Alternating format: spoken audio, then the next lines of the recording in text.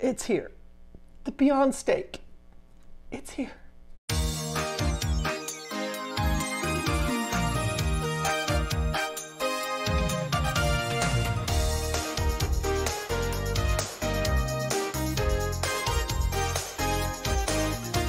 This month's edition of Totally Rad or Totally Bad is totally rad all in itself because I have the Beyond Steak. I can't believe it. I'm really excited to try that. I also have a vegan gingerbread loaf from Trader Joe's, and I have Gardein's, the best standby for Thanksgiving, Gardein's turkey loaf. We know that they are all vegan, but are they totally rad or totally bad? The highly anticipated Beyond Steak plant-based seared tips are here, and it actually was not that hard to find. I thought it was going to be forever before I tracked them down at a grocery store. Found them at Harris Teeter, randomly heading over there for a salad, and they were right there in the vegan section. It says 21 grams per serving, and this is a 10-ounce bag. This whole bag cost me about $8, and I am going to put it into just a pan with a little bit of oil and fry it up.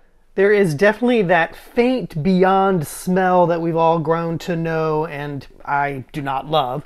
But it also smells like something else. I can't really tell, almost like Mexican spices or something. Let me see if I can pick up some of the bits without burning my hand. Okay, so there's a kind of a size you can see. It's about that big. Not super big for what I considered or remembered to be a beef tip. And then some of the very small pieces are, let me pick up, I think, really teeny there. So those will really get lost in anything that you make, unfortunately.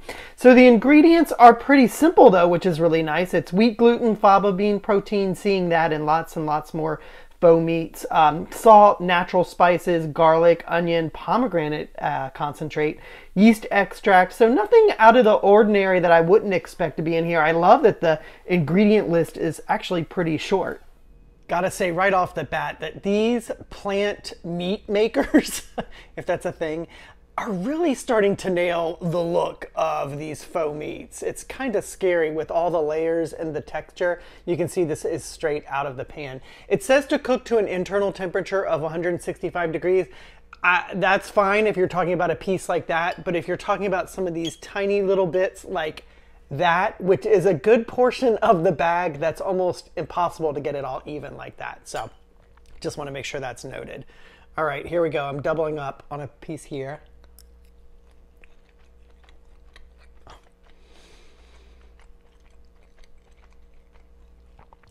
That's delicious. And that texture thing, I think back to Trader Joe's bulgogi. The texture of those are incredible. This is delicious. I gotta say right there off the top, it is very delicious. Is it meat-like?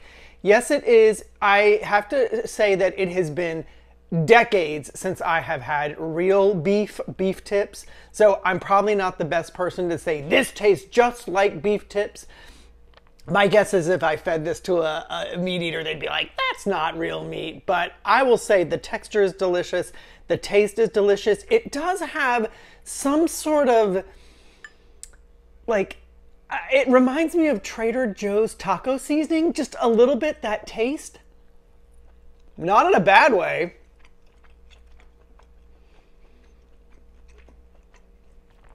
Delicious. I'm sorry, it's really good. I would make this with some mushrooms. I would make this with some peppers and onions. So is this totally rad or totally bad? I mean, guys, this is totally rad. It is truly delicious. I want to make sure I get a nice close-up shot there of it because this is some yummy stuff. It is worth the purchase, $8 for a bag. I think you can get a couple servings out of this, or definitely a meal for 3 or 4, depending on what else you're making with it. Just delicious. Totally rad. Great job, Beyond. Trader Joe's gingerbread loaf. You can probably tell by the fact that it's already half gone that I think this is totally rad. So no spoiler alert, it's totally rad. I really do like this. It is really gingery, let me just say that. It's almost gingery to the point that it's hot, a little spicy hot, I think, which I really love. And it's got this nice little like crackling, gingery kind of sugar topping that just is delicious.